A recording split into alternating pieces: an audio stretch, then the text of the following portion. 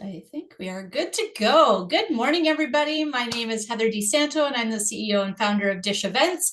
And I'm here again on Friday at 10 a.m. Eastern for a What's Your DiSH conversation. I am super excited to be chatting with Cary today. And what is a What's Your DiSH conversation? It is, I invite people that I know already in my world, or people like Cary that I meet through different networking events and things that I attend, to join me to talk about their DiSH, which is their who, what, why, where, and how of how they show up in their life, in their business, and what I like to call the business of life. And so we do these to get to know each other and have great conversations so that we learn from each other and move forward. And if you're watching this and feel inclined after hearing the conversation to connect with Cary further, that is what lights me up in this world, is that I can connect people with other people, and we grow and we prosper and we do lots of fun things together. So Cary, I'm super excited to chat with you today. You are another well, I know it's not across the pond, but you don't live in Canada, which is exciting. I love when I get to go international. So Cary, I invite you to introduce yourself, tell everybody what your DiSH is all about and where you're from. I think that would be cool to share too.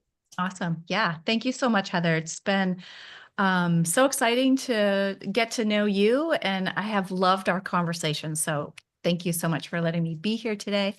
My name is Cary Ouellette, and I'm an emotional wellness practitioner, and I live in Maine, and it's super, super cold here today. We don't have any snow yet, but I'm sure we'll be getting it in the next few days. So, and I love meeting people from all over too, which is so wonderful. So what I do is I support people who have anxiety, and I do this in a holistic way where we get into the roots of what's causing somebody's anxiety. And it's typically something from their past. And we work together to identify it, have conversations about it, and then do energy releasing to get it out of your subconscious. And I do that online or in person. I have a studio here, which we do some in-person events. And I also do it in groups or one-on-one. So it's really whatever people feel most comfortable with. And I also have just recently added channeling to my services, which I'm so excited about. That has been so much fun. It is something that I did when I was really little and then got it shut down. From, just my parents, basically. And I just recently ignited that flame again, and it's been really an interesting ride. And I'm really looking forward to serving more people that way and integrating that with helping people with anxiety. So that is what I do. I love it. That's super exciting. So it's interesting to me that it got shut down. I think that happens. I've heard that through other people that channel, because I think years ago, and it's still from my perspective anyway, still in the midst of being readily accepted, if that's the best way to put it, right? I'm all over it, like all day long. Would love to receive messages from wherever those are coming from. So what made you, was there something that came in? And so I guess maybe I already nailed the answer to this, but I'll have you answer it. So when you decided to get back into it, like how does that transpire for somebody like yourself? Like, does it channel to you that this is something that you have to do, and then you choose whether to take action on it or not? Or how does this come to you to decide to move forward and do that? Well, I would say I surrounded myself with psychics and people who channel all the time. Like I like those people. I'm attracted to those people. So they're always in my field. And I took a few classes here and there, and I was always told I had the gift, right? Actually, we all do. So I'll say that we all have the gift when we quiet our minds enough to hear the messages, to see the synchronicities in our life. We all have it.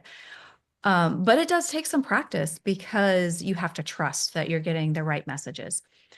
So I just surrounded myself with these people for the longest time, and I took a class here and there. But this past year, I decided to take this one class for specifically channeling, and she just really was able to give me the gift, or to make me feel comfortable enough and relax enough to allow the messages to come in, instead of questioning, like, why aren't I seeing anything? Why aren't I hearing anything? And just like being quiet and then waiting for the messages to come. And that's really how it just landed in my lap again. So I just took advantage of that class and then practiced. And I think even with that, even though it is a gift, you still need to practice, and so that you build your own confidence and you can feel the different energies, and just really align with what you're doing for work as well. Mm. That's fascinating to me. So when you say you're practicing, like, do you do it with family members? Do you open it up to your community and invite people that trust you already to partake in that? Is that how you practice, or do you just practice by getting quiet and listening? I'd say yes. Getting quiet and listening is a really good, it's a helpful tool, uh, because you really need to be quiet while you're doing the work. It's harder to channel for yourself because you know yourself so much, right? And sometimes it's your messages you're getting, I'm like, is that my ego, or is that, the message? So I typically don't channel for myself, right now at least. And I like to practice, when I was doing my practicing, with people that I don't know, because Mm. I'm too involved in other people's lives that are friends of mine. So I know that they, want their partner to love them back, or I know they need money, or, so when you're thinking while you're channeling, you're not getting the messages. You're trying to figure it out. So the messages come, and they shouldn't mean anything to you because they're not for you, right? If I say, what does it mean that I'm seeing a present and there's a ring in there? What does that mean to you? Because it doesn't mean anything to me. So the messages is for a person. But if I knew that person and say, I knew that person wanted to be engaged, then I'd say, well, I know this message is for you because you're going to get engaged. So that's me starting to think and answer the questions before they even come, if that makes Yeah. sense. Yeah. Well, and truthfully, and maybe this is maybe I'm making this up in my mind, but I think that's what it's really interesting to me, because I think that's maybe why people don't trust that the concept of it, especially if it's somebody that knows you. So that's really, I think that's advantageous if you are doing it for people that you don't know, because again, that to me, it would increase the trust factor if you didn't know me from a hole in the wall and you're like channeling my dad, for as an example, right? Like you would have no idea, that type of thing. I like, yeah, I find the whole thing fascinating. I know I've heard before that everybody can do it. Yeah, I just find it fascinating. Like I even when I hear you, I hear that, like, the most famous one that most people know is that I think her name is Terry Caputo or whatever in the States. I don't know, like that, like she walks into a room and somebody, and like, I just find the whole thing fascinating. Not that I'm comparing you to her, but the concept of that I think is pretty cool. So let's get back into the emotional wellness piece of things, because I think that's really important. And I'm just going to ask the question, given that it's the holiday season, like, do you find that your clients or people you're talking to, like, the anxiety is even higher at this time of year? And when you say it could be trauma related, is that often why, do you find, or do you have any thoughts on around higher anxiety at the holiday time? Yeah, yes. And yes, this season does bring a lot of anxiety, higher anxiety with people. And that's because, there's the money issue, right? So there's a lot of people have trauma around money. So how you were brought up to think about money, to feel about money, to think about what other people are doing with money. You learn those things at an early age, and they carry along with you. So money can be a real big problem during this season, and also feeling the need to please people in this season too. Like, I need to, or I have to do this, give a gift, give money, show up here, show up there.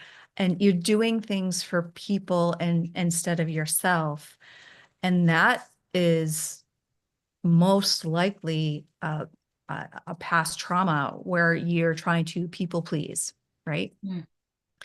And then you have people who, family members that maybe have triggered you in the past and you have to spend time with them. They may cross boundaries with you because maybe you don't have clear boundaries and you get walked all over. So there's so many emotional things that can happen in this season because you're not doing your normal day-to-day things. That just brings up so many triggers all in a short period of time, right? Because you have Thanksgiving, Christmas, and New Year's, and it's like all this stuff. And you're getting triggered left and right. Yep, And you're like, totally. I can't deal with this. And then everybody collapses in January, right?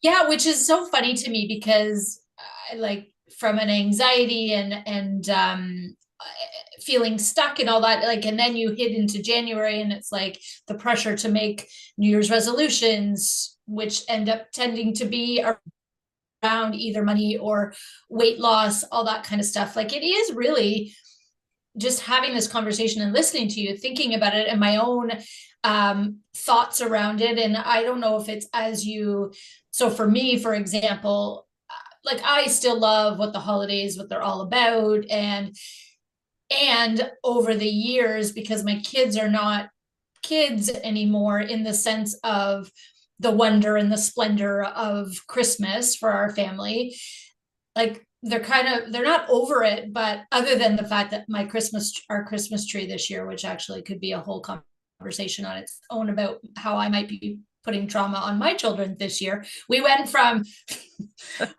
real tree, huge tree, to not a pre-lit tree that's about this wide. And so they come down every day. It's not yet decorated, but they come down and they're like, it's really not the same. So maybe I'm putting that trauma on them. But all to say, from, like you say, Thanksgiving for us happens earlier than it does for you in the States, but it's just one thing after another, like you say, just ramming at you. And if people are not respecting boundaries and all the things that you put in place all the other days of the year.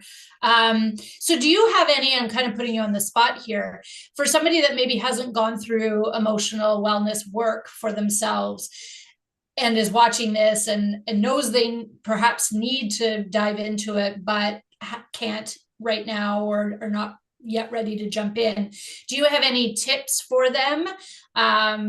I find, like, for me, I go for a walk when I feel overwhelmed. That's 365 days of the year, but in particular, this time of year, like, if that gets too, like, I go. Do you have a tip for anybody that might be feeling overwhelmed right now? Sure. Yeah. So I would just say anytime that you are triggered, that is a sign that you have some personal development to do, right? So when you are feeling completely confident and secure in your own body, nobody can trigger you, right? Or at least not for very long. So when you are bothered by what somebody does or says, or when you're in different situations that trigger you, that's just your opportunity to say, okay, I need to look at this a little bit deeper. So I love to get people just to be in awareness of that, because awareness really is your first step. And then you can decide what you're going to do about it. So you can decide to ignore it and keep being triggered all the time, or you can start taking some simple steps. And a few things that you could do is write it down. So if you can get clear, so if you get triggered, like say your mother says something to you and you get really defensive and angry. So if you can just take a moment, whether it's on your phone or on a piece of paper, you can just like, I feel X, Y, and Z. And then you can say, why? And then that brings you just a little bit deeper. Like, I'm angry. Well, why are you angry? Well, she said that nasty thing to me. Well, why does that trigger you? Like, it brings me back to my childhood when she used to complain about what I was dressing and she called me a name, let's just say. And Yeah. it's like, okay, so you're getting deeper and deeper and deeper. So if you can just spend a couple minutes thinking about what you're feeling and try to go a little bit deeper, and then the why are you feeling that way and where has it come before, that's going to help you identify what you need to work on. And obviously, if you're in a family situation at the time, you're not going to have time to deal with it right there. But taking some deep breaths and realizing that it's a trigger and its emotional response, it almost pulls you away from it. Like, it's a thing that I can deal with. And I don't really have to own it, if that makes sense. And then Yeah. breathe through it and say, I'm going to deal with that later and I'm going to enjoy my time right now. Mm, yeah. Oh, like it's almost like putting it in the parking lot. I've heard that analogy before, right? Like park it for Yeah. now. And like I've not necessarily, like I always hear breathe. And I challenge that sometimes because I have had those trigger moments and I'm like, there, it's that split second that you have to make the choice or have the awareness, like you say, to say to yourself, okay, trigger, breathe, or trigger, write it down, right? Because we're all in the doing. Yeah. And it's that, what is it in that split second that allows you to stop in that moment and make a choice to change it, park it, whatever. I think that's the, if I had to guess, and maybe you can tell me differently, I think that's the hardest thing for people to take these suggestions and implement because it's so out of routine, Yeah. Yeah. right? It really is. We're breaking these subconscious patterns and it does take conscious action. So if you don't want to feel this way anymore, you actually have control. You have Mm, control over what you're feeling. You can decide today, I'm going to feel happy or I'm going to feel sad. It's a choice. It really is. And when you realize that it's and you're in an environment where you get triggered, you can decide, am I going to let this trigger ruin the rest of my day? Or am I going to decide to put it over here and I'm going to be happy right now? yeah. It's just a choice. And I did have that experience with somebody. We went out, had a drink, had a conversation. I had said something that triggered this person, and I could tell they were getting frustrated. And I said to myself, you know what? I'm in a place where I'm having fun. I'm I'm not being mean, but I'm going to let that person either talk to me about it or not, but I'm going to carry on. And I did. I carried on and I had a great time and I didn't allow them to trigger me. And then we talked about it after and everything was fine when they were Oh, ready to talk. yeah. So it really is a choice. And knowing that we have a choice on how we feel is really super empowering. Yeah. It really is. And that, I think that's a huge tidbit to take away. Again, the implementation's not easy, like in because I've had things and I'm thinking of things are coming to mind where I think of that. And it's a trained, like while we say it's a choice, it's a trained behavior as well, right? To make that choice to get out of unhappiness. Because yeah, there are some people that are diagnosed and it can't be a simple switch. But for somebody that is awareness, like I love that word awareness. I think that is a word that is so powerful. Like you say, when you were talking about the channeling and you're talking about, it's that awareness of what's going around, and awareness. And I'm going to ask you if this is what you perceive, like another word for awareness. Like for me, awareness is presence as well. So if you're aware enough to be present, if you're present enough to be aware of what's going on, that will help then make the choice, I think. Right? I totally agree with that. Yes. Because we do live in our heads quite a bit and we can live in the future and the past. And when you're not in those other two locations, you're in the present. and you're more able to make conscious decisions about what you're going to do when you're in the present. 100%. I agree Yeah. with that. Totally. Yeah. Yeah. I had, I think I might have talked about this in a previous conversation with somebody, but it was one of those things that, as I've said, awareness has been, that word has been around me all year, even though it's not my word of the year. But I was watching the pre-game to a Leafs game a while back, and they were talking about David, oh my gosh, Connor McDavid, and how great he is, and when's he going to do this, and when's he going to do this, and when's he going to do this, and he will do this, and will do this. So all of this future stuff. And I had this moment where I was like, this is all we ever do is future.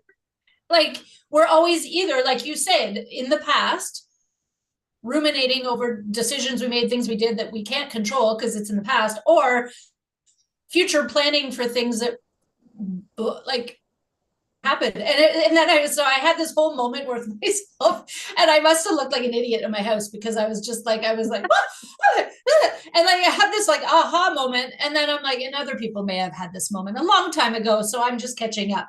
But it was one of those things that I was like, oh, this is what we do all the time, and this is what they talk about being present, because I have no control over what's going to happen 10 minutes from now, a half an hour from now. I have the choice of what I'm going to do to put me in certain situations, but right? Yes. And you kind of touched on something too, is that control. And a lot of people feel like they need to control things, especially when you have kids, like I need to control everything. But when you try to control everything, you're resisting. There's a lot of resistance there because you're not allowing things to unfold the way that they need to unfold. And it's, it's kind of like a safety mechanism of, when you didn't feel safe, you felt like you needed to control everything. But as we get older, we realize that is no longer keeping us safe. It's actually hurting us, and it's hurting people around us. So letting go of control is huge. And then trusting that things are going to work out. Yeah. And I also find with, thinking about the future, that's where people are creating stories that are not true. So that happens all the time.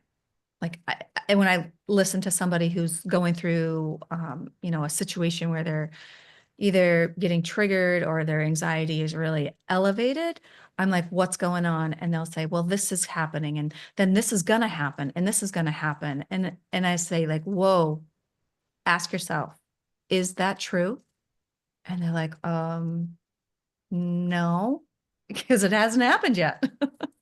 So we are trying to predict the future by creating all these scenarios that don't benefit us. We don't create scenarios of, oh, things are going to work out so perfectly, So we always go to it's not going to work out. And so I love just asking people when they start down that road of negativity, is this true? And then it kind of makes them stop in their tracks.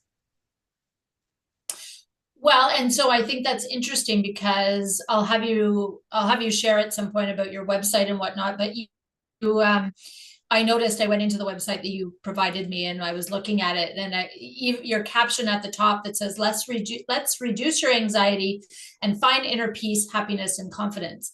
And I think that like what you just said encapsulates all that. I'm speaking, like, as I heard a lot of, you just counseled me in that sentence, like in that phrase, because everything that you said, I tend to do at times.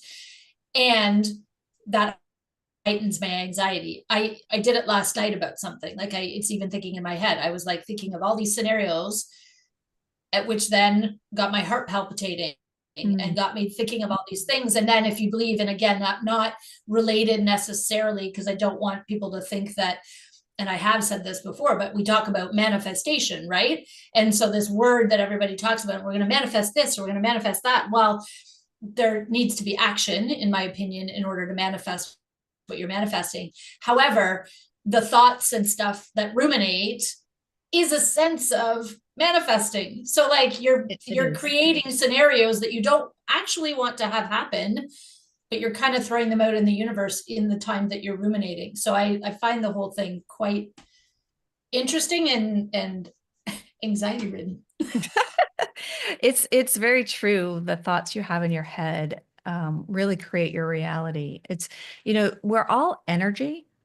Like, if you think about the desk that's right in front of me, if you get down to the molecular level, we're made of the same thing. Nothing is solid, everything is moving, and it's all energy. And our thoughts are energy. We're creating new neuron pathways when we have thoughts, and we ingrain them in our head. It's the science behind it is really fascinating to learn now, because we've been talking about manifesting for a long, long time, but it's really interesting to see the science now when they can actually prove it, which is really super fascinating. I did just watch a movie about it, and it was really fascinating. I can't remember the movie's name, but it's really amazing. But you really have to be careful of what you're thinking, because you are just pushing that energy out all around you. So if you want good things to happen to you, you really have to change your thoughts and what you think about yourself and the world. So then I'm going to ask as well, because we've talked about the anxiety part of things and and a little bit of the overthinking, but you also help people with being stuck. And this phrase gets used a lot. And I would like you to maybe using the people you've counseled or what as a way to explain, if I was somebody feeling stuck, what would that feel like in your opinion? So there could be different reasons why you may feel stuck. What I see a lot with my clients is it's typically a perfectionism thing. So it's either a perfectionism thing or a really low self-worth. And those things typically come from their childhood, where for the perfectionists, they felt they had to be perfect to receive love or to keep themselves out of trouble. And so it's a fear, based in a fear thing. And so is the self-worth. Like, if you have a lot of fear around just being who you are, or the things you say, and the things you do, you get punished, then you're just like trying to figure it out as a kid. Like, what the heck do I do? So that shows up a lot as not moving at all, like feeling stuck and not taking action. And once people realize that their stuckness is due to an emotional response from fear, then they can unravel it and then start making some shifts. So they start making movements to unstuck themselves. I love it. And so you have developed a proven 5-step framework for helping women, I'm reading right now, become the CEO of their minds. I think that sentence, like, wouldn't anybody want that?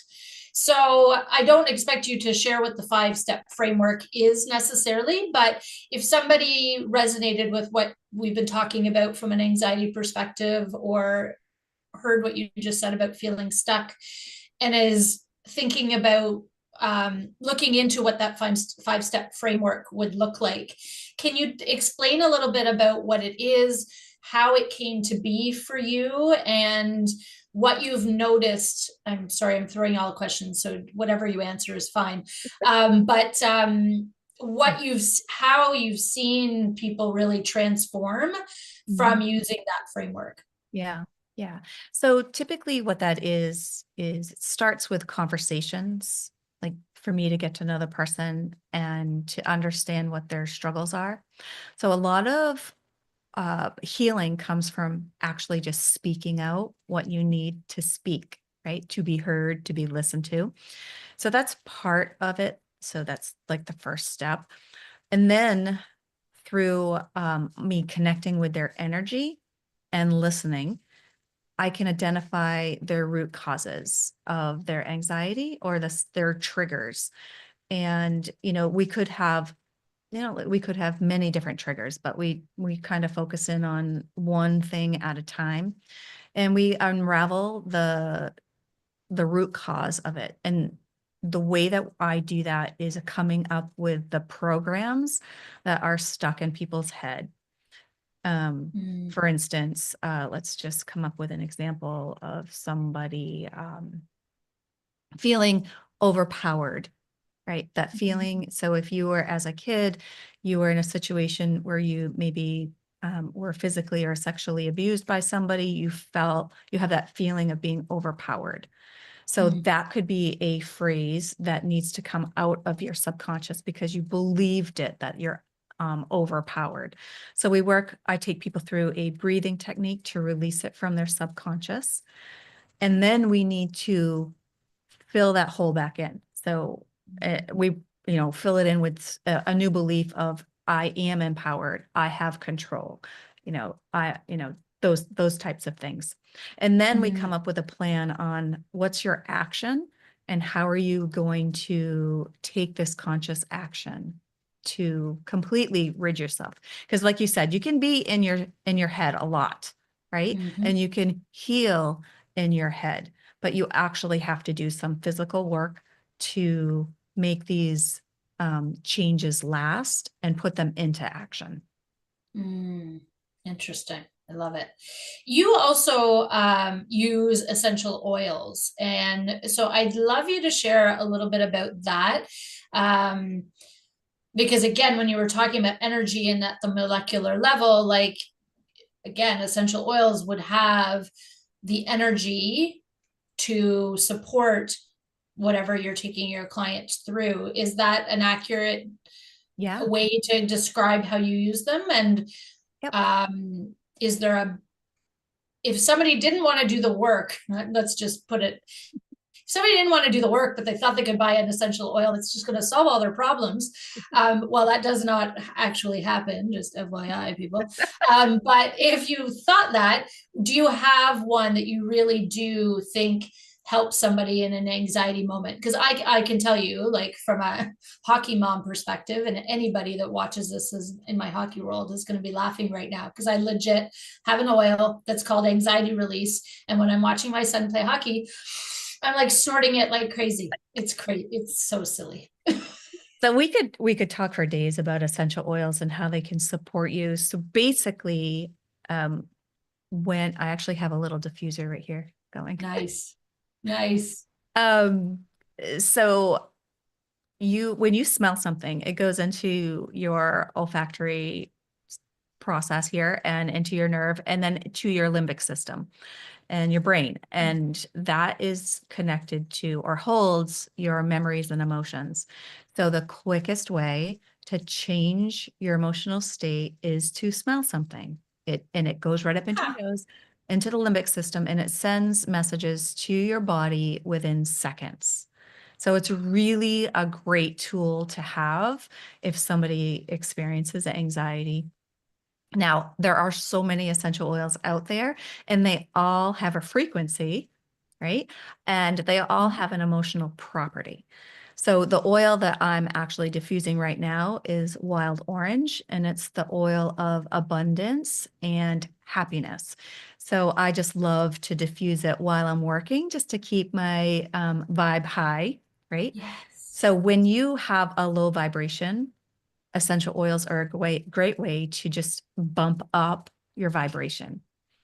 Now, so what do I suggest for oils for anxiety? There is an oil called Serenity, which has lavender in it. Lavender is a great, amazing oil.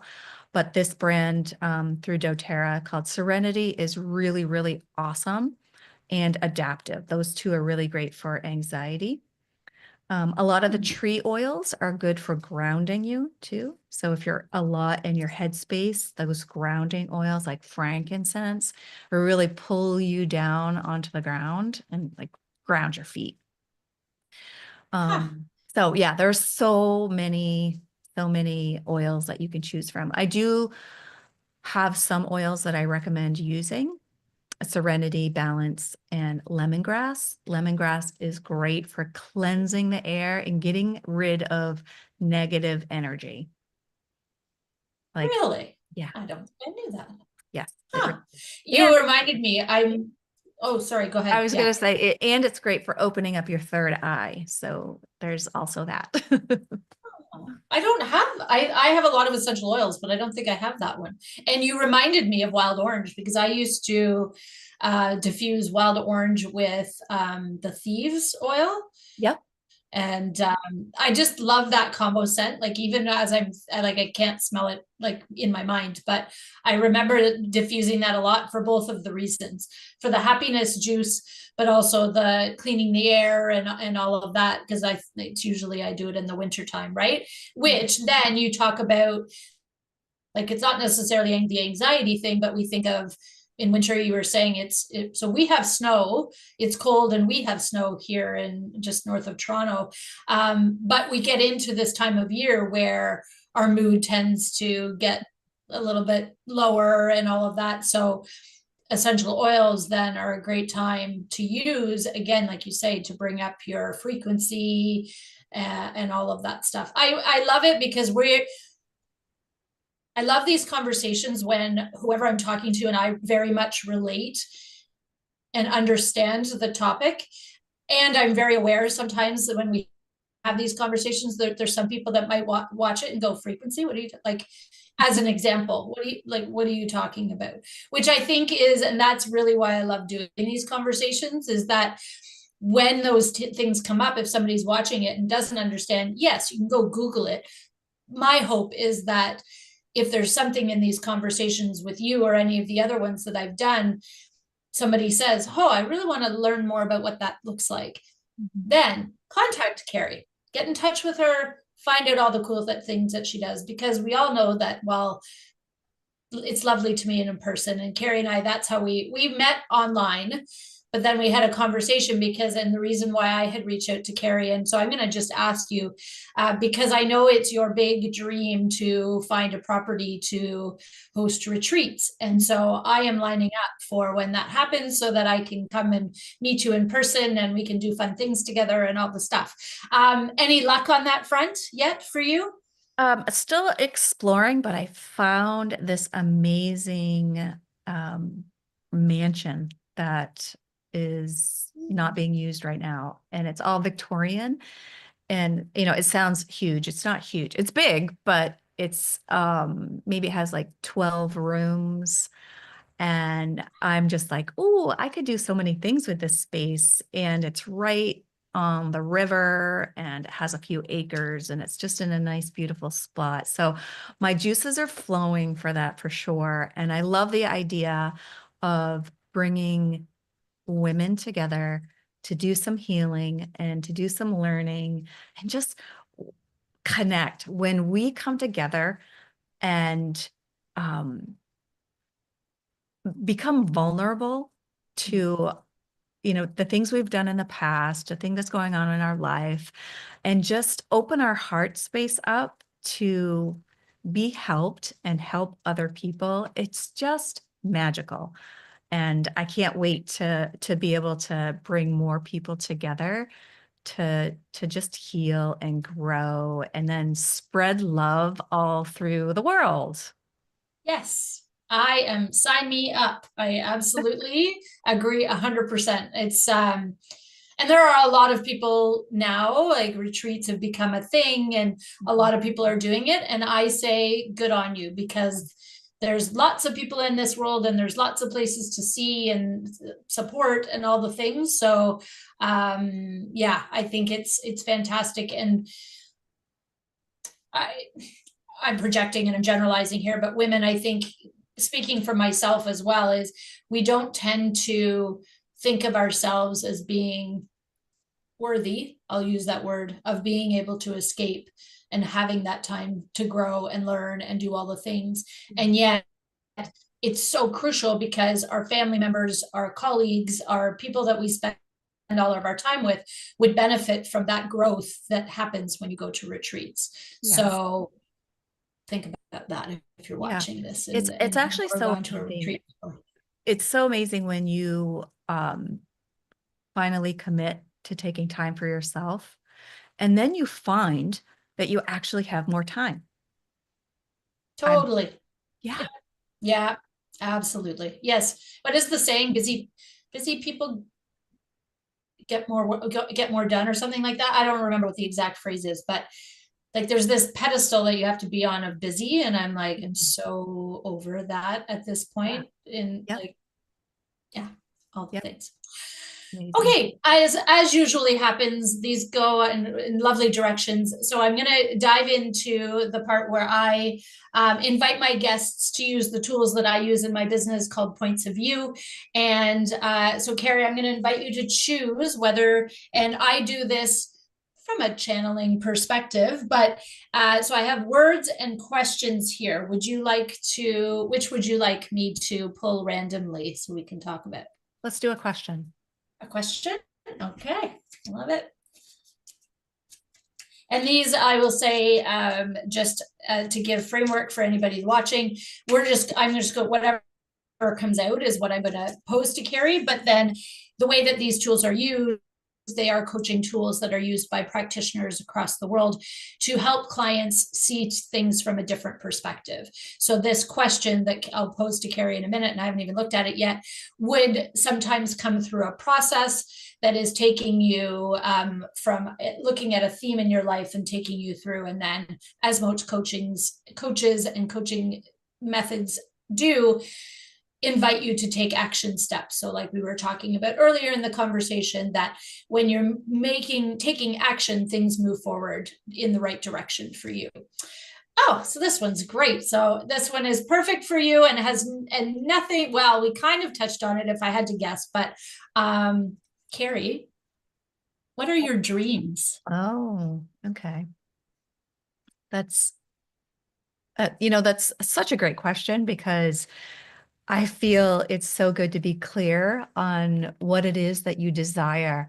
And I can say that I'm not great about it because I have a lot of ideas, and I need to work on writing them down and getting clear about it. But having a retreat center is a dream of mine that I'm super excited about. And I'm also just like taking baby steps towards it and not feeling the control around it. I'm just like, when it happens, how it happens, it's all going to work out and unfold. So yeah, a retreat center is my big dream right now.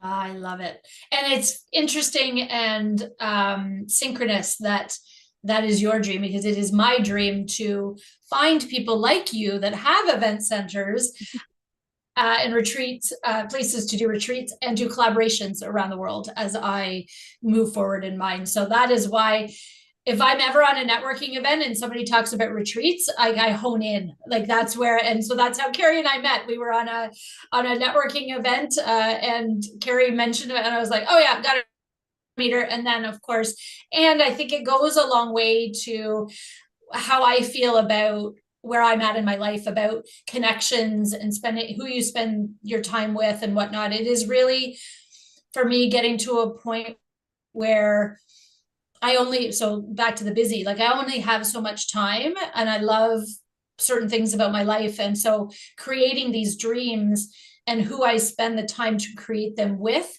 is really my focus of attention right now. And it's because I've got a lot of people in my world, and I very much appreciate all of the people that I have in my world.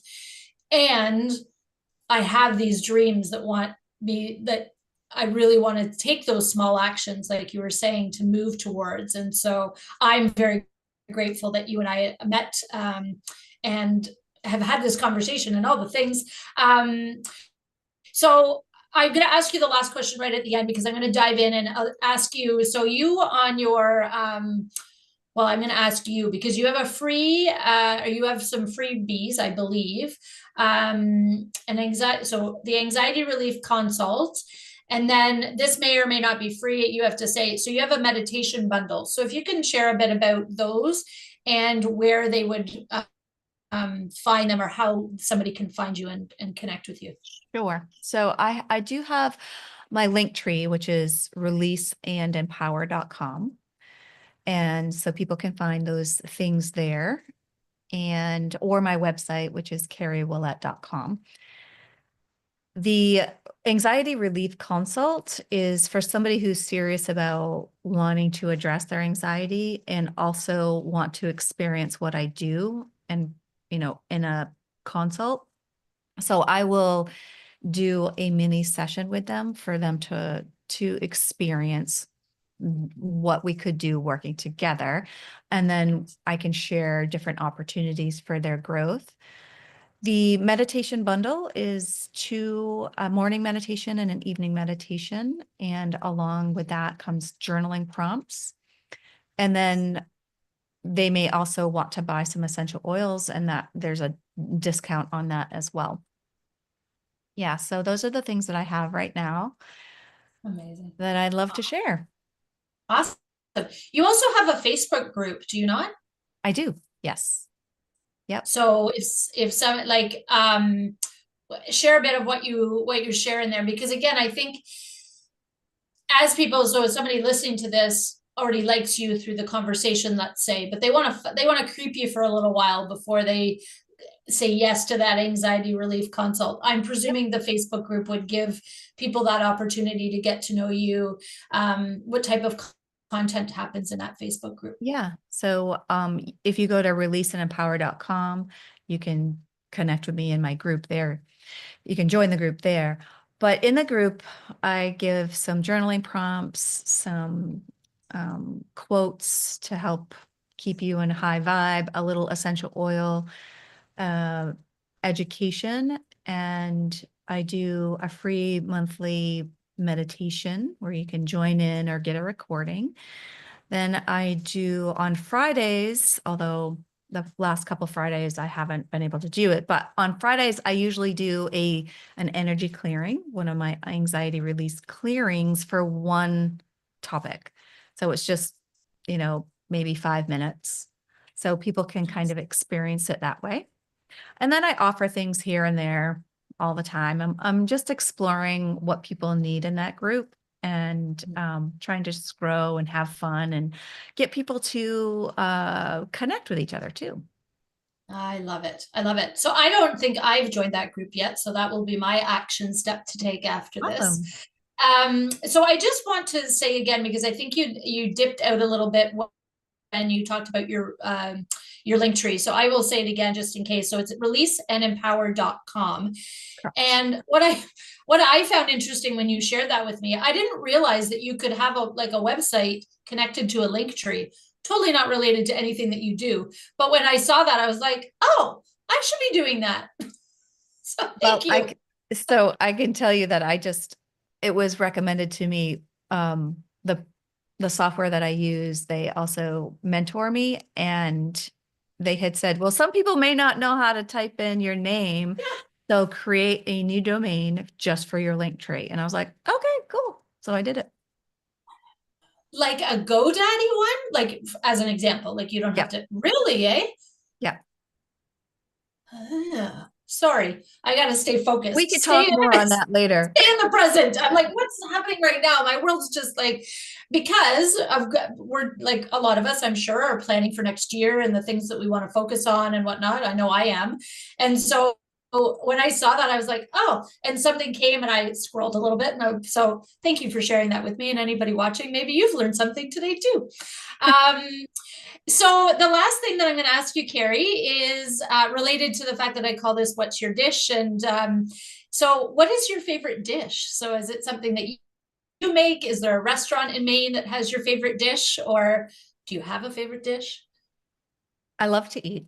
I'll just say that, but I don't like to cook. So it would be going out, and I like pho soup. I love that. Yeah. And you said it properly. That's why I was like, what? And then I'm like, oh, that's right. You said it properly. Because yes, it's the PHO where most people say pho, but that's not how you say it, which I know that, but I forget. Yeah, I love it. It's just so hearty, and I can never duplicate it here. I can't ever make it. But it's so delicious, and it's a huge bowl, and it's just oh yeah, well, like again, like when it's cold this time of year, all of that, that's the best types of food to be having, right? For our immune system, but also because all of that is broth based and Yeah. so good for your immune system as well as just the benefits of a cozy, really good meal. So thank you. Yeah, and there's a place that you, I'm presuming, go to for that in your area. Mm-hmm. Yeah, that's Yep. awesome. I love it. Yeah, I don't think my husband's a good cook, but I don't know that he's ever ventured into the pho Yeah. arena. Yeah, I don't think. I have to go back in the Rolodex because he makes a lot of good food. But yeah, anyways, that's for another day. What a gift to have somebody cooking for you, you know? It really truly is a gift. And out of all of the messiness of the things that happened a few years ago, that was for our family the best thing because he came home and then he could cook more. We're like, Yeah. hallelujah. Because I, like you, I love to eat, but I don't mind cooking, but he's just way better at it. So like, why wouldn't you have the better cook? But Exactly. for another I day. hear you. Yeah, I love it. Amazing. Well, I never like to end these conversations, but sometimes that has to happen. Well, it does have to happen all the time. So Cary, thank you very, very much for joining me today. If you're watching this and are interested in being a guest and sharing about your dish, please reach out to me. The best way to do so is through my email. It's heather@dishevents.ca. I'm booking into February of 2025 right now, which I'm super thrilled about. And so if you would like to join in and be interviewed, please reach out. I would love to have you. And please do, if any of this conversation resonated with you and you're feeling stuck, you've got some overthinking going on, anxiety, I do highly recommend you reach out to Cary. We've had the most beautiful conversations since we first met. And I know just from those conversations that you would be in excellent hands. And then when the timing's right, reach back out because we'll be doing something together. I just feel it, Cary. I just feel it in my bones. I do too. So, which is, yeah, it's going to happen. So with that, I will say thank you again. The best place to find you, LinkedIn, is that the best place to, if somebody's connecting with you as well, or the Facebook group? Where would you like people to go? Probably Facebook, but I do check LinkedIn as well. So it's Awesome. It's all the same, really. Yeah. Yep. Fair enough. Well, thank you so very much, Cary. I appreciate you. Wishing you a wonderful rest of your day and weekend, and same to everybody else that's watching. Bye for now. Bye, Heather.